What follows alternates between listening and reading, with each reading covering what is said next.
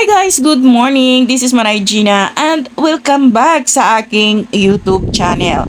So guys, for today's video, pag-usapan natin si Janine Gutierrez. Pero bago ang lahat, shoutout muna sa mga mahal nating mga OFW na nasa iba't ibang sulok ng mundo. So mga ma'am and sir, Merry Christmas at sana masaya ang inyong Kapaskuhan. So guys, back to the topic. Iwan ko lang kung napanood nyo ba yung tagpong nagkaharap na si Iris at saka si Jasmine. Alam mo yung gigil nilang dalawa na si Jasmine naman talagang iniinis niya si Iris, kinukuha niya yung gigil at ang galit para barilin siya sa harap ng maraming tao. At si Iris naman sobrang makita mo sa mukha niya nagigil na siya.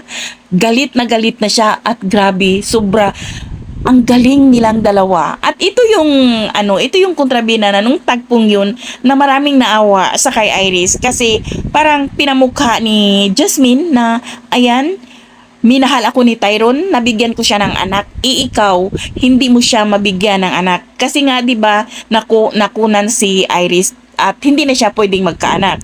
So yun ang pinamukha at kinukuha talaga ni Jasmine yung galit ni Iris para barilin siya sa harap ng maraming tao, para ebidensya nila yon. Parang sinit up nila si Iris. At syempre, naman ang plano, successful yung plano nila.